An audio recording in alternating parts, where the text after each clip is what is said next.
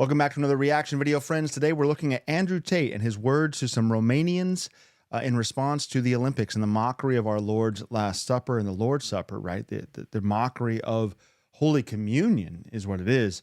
And this is coming from Candace Owens' episode on the same topic from a few days back, and just found it interesting, so I thought I'd throw it out here, and let's see if Andrew Tate is right. Here we go. Hi. I believe most of you are Christians. I'm a Muslim. Yes, this is Romania, supposed to be the most Christian country in Europe. Is that true? I don't know. I don't know the stats. Romania, the most Christian country in Europe. You cannot allow them to desecrate something as important as the Last Supper with transsexuals and little children, pedophilia. There has to be a point you stand up for your beliefs. The sign says Christianity will not be mocked. Is this too far to say that actually this does end up, well, it doesn't mock Christianity, but when a Muslim has to tell Christians that we should be standing up to say something against this, it at least puts egg on our face, does it not? I think it does. And he mentions, transvestites, pedophilia, there's horrible evil here. I agree with him on all of that. And I agree that we should be doing something. We should be speaking louder than we are. We should be, and I don't know if these men are or not. I don't know what's going on in Romania, but I agree with the statement, even though I'm not a fan of the man and what I've seen in the public, in his public-facing persona. I understand. I've been told that he does a lot of things for shock and for clicks and all that kind of stuff. I get that, but it doesn't make me respect him much more anyway, right? But this is an interesting turn of events because he is Muslim and he's schooling Christian men, at least that's what's being presented to us, in standing up for what we believe. If you have something in life and you don't stand up for it, it will not last. If you have a house, you don't maintain it, it will fall down. Business, you don't work, it's gone. Relationship, you don't take care of her, she'll leave you.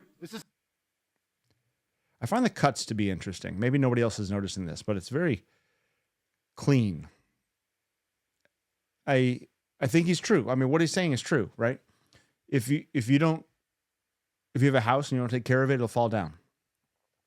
When I was really into Volkswagens, like all classic cars, if you don't tend to them, if you don't drive them, if you don't use them, the classic car, if it just sits there, it rots just by just sitting there. You have to use it. You have to exercise it. You have to live in it. A house that's lived in ends up being maintained and taken care of, even if the tenants don't do that great of a job of doing those things, rather than just sitting there empty and vacant.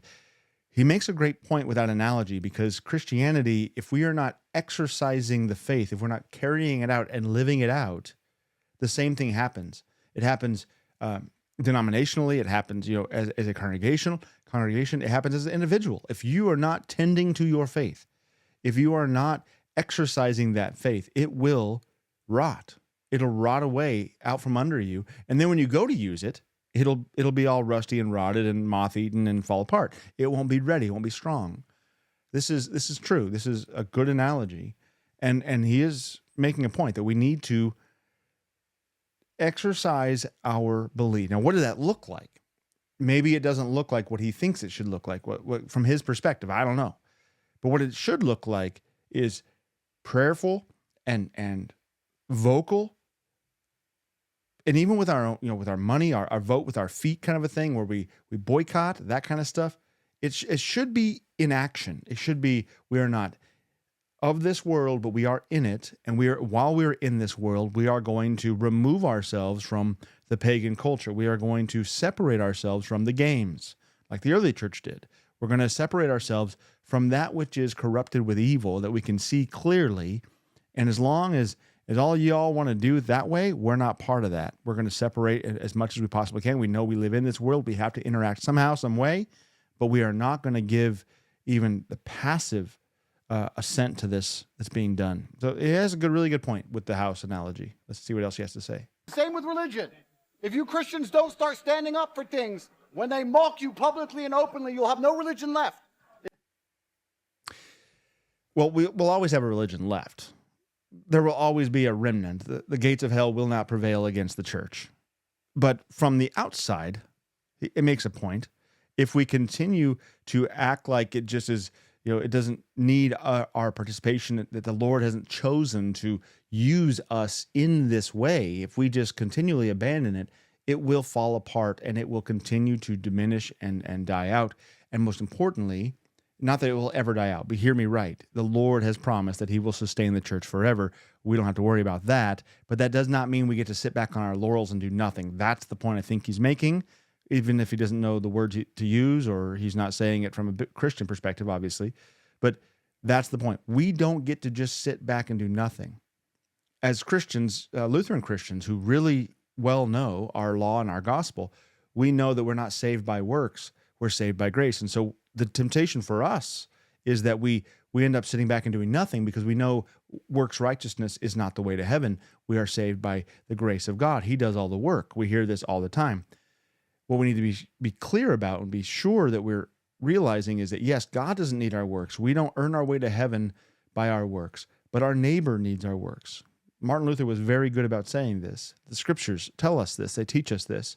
We don't need to worry about our salvation, but we do need to be active, as Tate of all people is saying here.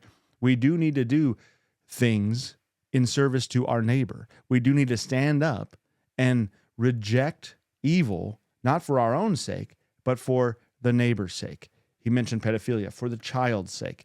Transvestites, they're being led astray. They're being led toward hell. They're being led toward a disordering of God's creation and war with God.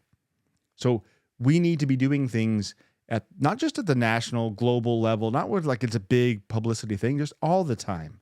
In our daily walk, we need to be resisting this evil and making it clear to those in our lives that that is not where we're at. We're not down with that. Don't bring that around me. I'm not going toward that. That kind of stuff needs to be really made clear in our daily vocation, our daily walk with our neighbors. It doesn't matter. It's a matter of time. Especially now, Romania and all these other countries have opened the border. Millions of people who come here are not Christian. And if you don't say, this is a Christian country and we respect Christianity, they won't respect it either. Well, that's true. I mean, if we don't value our own faith, we shouldn't expect someone else to do that, right? I mean, that's common sense.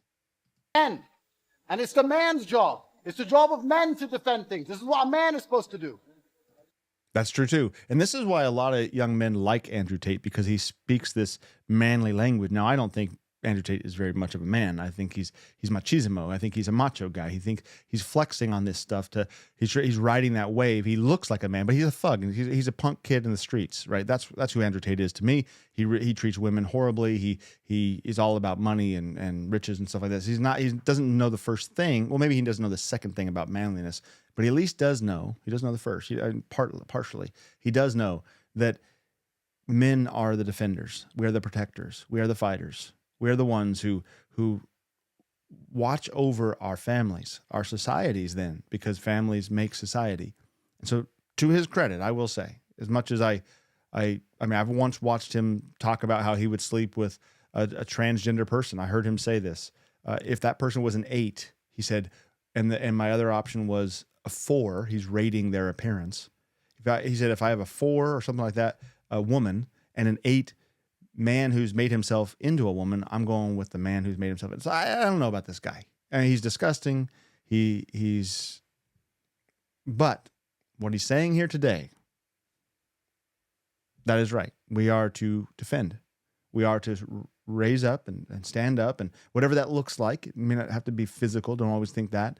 Even spiritually and theologically and vocabulary, using our vocabulary and speaking boldly, using words, not being afraid of being hated and not liked and stuff like this. Yeah, men need to man up that way. It's man and woman for a reason, but the man is a fighter. The men have to stand up and fight against these things. Guys, this is supposed to be the most Christian country in Europe. When they try this crap again, I expect to see you all at the next embassy, wherever it is. Okay, whoa. Well, if he expects to see him there, they better be there. But it's true. I agree with what he said. Andrew Tate's right. The men should stand up, and when they do stuff like that, whether it's in your local little town that nobody knows about, things happening, you should be down there shutting this stuff down. You should be down there fighting it in the legal system, fighting it with with whatever you can, however you can, that is good, right, and just, moral, and Christian. You should be exposing evil, as Paul tells us to do. We should be exposing it, not participating in it. And so to that point, Andrew Tate said it well. Strangely enough.